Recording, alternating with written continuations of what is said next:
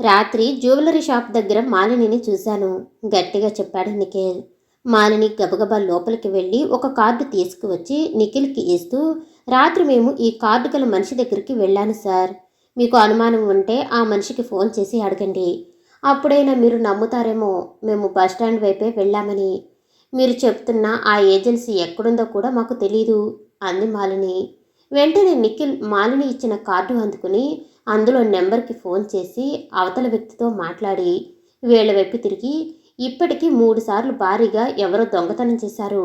వాళ్ళు ఎవరో ఖచ్చితంగా తెలియకపోయినా వేసులు అని ఆ బాధితుల అనుమానం. ఈ చుట్టుపక్కల ఏరియాల్లో మీ ఇద్దరిని మించిన వాళ్ళు ఎవరున్నారు? అందుకే మీ మీద అనుమానం వచ్చి ఇక్కడికి వచ్చాను.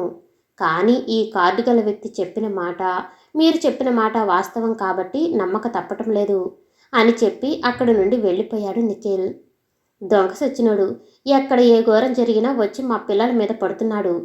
మాకు వచ్చిందే ఆ 4 పైసలైతే అందులో వీడికి వాటా ఇవ్వటం లేదని వీడి బాధ అని తిట్టుకుని మాలిని చెయ్యి పట్టుకుని లోపలికి తీసుకువెళ్ళిపోయింది ఛాయ. రంగమ్మ కూడా అదే విధంగా చేసింది. మాలిని మందాకిని కళ్ళతో సైగ చేసుకుని మౌనంగా లోపలికి వెళ్ళిపోయారు. మరో 2 గంటల తర్వాత, అత్త, తమ్ముడికి ఈ మధ్య బాగా దగ్గు వస్తుంది. అలా ఒకసారి ఆసుపత్రి వరకు తీసుకెళ్ళి వస్తాను బెరుకుగా అడిగింది మాలిని. నువ్వు సంపాదించిన డబ్బులు తిండికే సరిపోవట్లేదా? ఇప్పుడు ఆసుపత్రికి తీసుకెళ్ళడానికి డబ్బులు ఎక్కడి నుండి తేవాలమ్మా? విసురుగా అడిగింది ఛాయ. డబ్బులు అవసరం లేదు. నువ్వు ఒప్పుకుంటే ప్రభుత్వ ఆసుపత్రికి తీసుకువెళ్తానత్తా దీనంగా అడిగింది మాలిని. ప్రభుత్వ ఆసుపత్రికి తీసుకెళ్తావా?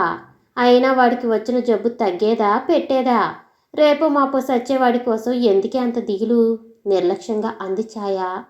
రేపు మాపో చస్తాడు అనగానే మాలిడికి ఎక్కడ లేని కోపం ముంచుకు వచ్చింది.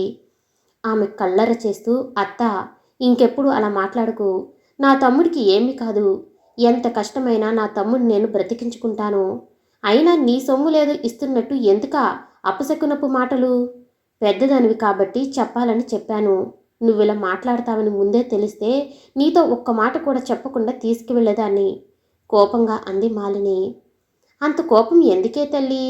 ఏదో నోరు జారి అన్నాను, తీసుకువెళ్ళు నిష్ఠూరంగా అంది ఛాయ. నాకు తోడుగా మందాకిని కూడా తీసుకువెళ్తాను. మందాకిని నాతో పంపించమని రంగమ్మత్తకు చెప్పు. తమ్ముడిని లేపి జాగ్రత్తగా పొదివి పట్టుకుని నడిపిస్తూ చెప్పింది మాలిని.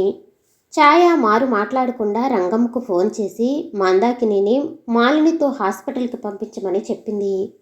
వాళ్ళిద్దరిని బయటకు పంపిస్తుంది అంటే ఏదో మాట్లాడాలి అని అర్థమైన రంగమ్మ మరో మాట మాట్లాడకుండా మందాకిని పిలిచి మాలినికి తోడుగా వెళ్ళమని చెప్పింది. ఆ మాట కోసమే ఎదురు చూస్తున్న మందాకిని భగవంతుని మీద భారం వేసి గడప దాటింది. అప్పటికే మాలిని ఆటో పిలిచి అందులో ఆమె తమ్ముడిని ఎక్కించి ఆమె కూడా ఎక్కి కూర్చుని ఉంది. మందాకిని కూడా ఆటో ఎక్కి ఆమె కారు పార్క్ చేసిన షాపు దగ్గరకు తీసుకుని వెళ్ళింది. అక్కడ ముగ్గురు ఆ కారులో ఎక్కి ముందుగా పెట్రోల్ బంక్ దగ్గరకు వెళ్ళి ఫుల్ ట్యాంక్ పెట్రోల్ కొట్టించి సరికొత్త జీవితాన్ని వెతుక్కుంటూ విజయవాడ వైపు బయలుదేరారు. అదే పెట్రోల్ బంక్ దగ్గర కారులో పెట్రోల్ పోయిస్తున్న హర్ష, కిరీటులు కారులో కూర్చున్న మందాకిని మాలినిలను చూసి అనుమానం వచ్చి వారిని వెంబడించడం మొదలుపెట్టారు.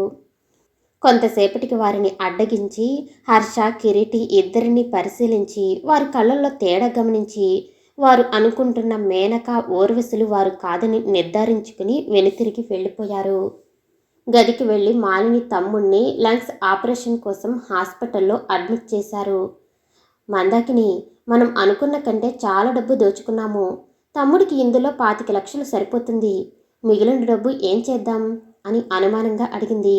చాలాసేపు ఆలోచించిన మందాకిని, మనలాగే బ్రతికే దారి లేక, సరైన అవకాశాలు లేక ఎందరో స్త్రీలు వేశ్యలుగా మారుతున్నారు. అలాంటి వారిని అందరినీ కలుపుకుని ఏదైనా గౌరవనీయమైన పని చేద్దాము. వీలైనంత ఎక్కువ మందిని ఆ మురికి కోపము నుండి బయటపడేందుకు సహాయం చేద్దాం. ఏ జన్మలో ఏ పాపం చేశామో ఈ జన్మలో ఇంత నరకం అనుభవించాము.